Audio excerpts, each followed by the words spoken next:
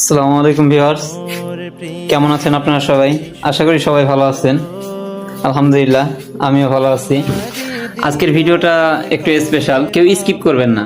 যারা নাশিদ প্রেমিক আছেন, যারা নাশিদ ভালোবাসেন, তাদের জন্য বেশি স্পেশাল। কারণ আমি এই ভিডিওতে শিখাবো, পুরো ভিডিওতে সবকিছু যদি শিখাইতে না পারি, কয়েকটা ভিডিও থাকবে যার ভিতরে আপনারা ইনশাল্লাহ একটা ধারণা করতে পারবেন যে কিভাবে নাশিদ গাইতে হবে, কিভাবে তাল লয় ঠিক করতে হবে। মূলত আমি যে পুরোপুরি জানি সেটাও না, আমি যতটুকু জানি ততটুকু আপনাদেরকে জানাবো, এবং আগামীতে যতটুকু জানবো ইনশাল্লাহ ভিডিওর মাধ্যমে আপনাদেরকে জানিয়ে দেবো। জানার জন্য আপনাদের এই চ্যানেলটা সাবস্ক্রাইব করে রাখতে হবে, এবং কি যারা টিকটকে দেখতেছেন ফলো না করলেও বায়ো থেকে আমার ইউটিউবে গিয়ে সাবস্ক্রাইব করে দিয়ে আসবেন। আপনারা দেখতে পারতেছেন যে চোখের নিচে কালো হয়ে গেছে। চোখের নিচে কালো হওয়ার কারণ হচ্ছে আমি বেশিরভাগ সময় নাশিদ নিয়ে ব্যস্ত থাকি। নাশিদ লিখি, দেন নাশিদের সুর করি, যদি হয় আর না হয় বাট ট্রাই করি আমি। দেন হচ্ছে হলো গিয়ে অন্যান্য বড় বড় শিল্পীদের যে নাশিদগুলি আছে ওইগুলি প্র্যাকটিস করি। আর চোখ তো দেখলেন, মুখও দেখলেন, এমনি কালো, আর হচ্ছে কালো হয়ে গেছে, শুকাই গেছে।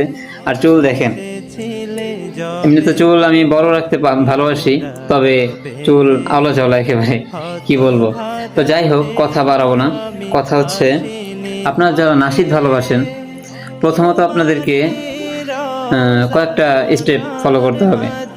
প্রথমে হচ্ছে আপনার কণ্ঠ, এটা ঠিক রাখতে হবে। কণ্ঠ ঠিক রাখার জন্য আপনাকে মূলত ঠান্ডা থেকে দূরে থাকতে হবে। এটা আমি আগেও বলেছি, ঠান্ডা থেকে একদম দূরে থাকতে হবে। দেন হচ্ছে হলো গিয়ে আপনার গ্যাস্ট্রিকের জিনিস খাওয়া পরিপূর্ণ বারণ। কারণ যখন আপনি স্কেল উঠাবেন নামাবেন, তখন হচ্ছে হলো গিয়ে গ্যাস্ট্রিকের কারণে আপনার হয়তো ঢেকুর উঠতে পারে, যার কারণে তখন আপনাকে প্রবলেম ফেস করতে হবে। এরপরে হচ্ছে আপনি ফজরের পরে সকাল সকাল, মানে বাসি পেটে একটু আদা চাবাবেন, দেন হচ্ছে গরম পানিতে কুলি করবেন। আর আপনি আপনার শরীরের এনার্জি অনুযায়ী আপনি যতটুকু পারেন হাই স্কেল উঠে মানে একটু প্র্যাকটিস করবেন। ভিডিওটা বড় হয়ে যাবে, যার কারণে আরেকটা ভিডিও আপলোড করব কিছুক্ষণের ভিতরেই। আপনারা এরপরের ভিডিওটা থেকে জেনে নেবেন ইনশাল্লাহ।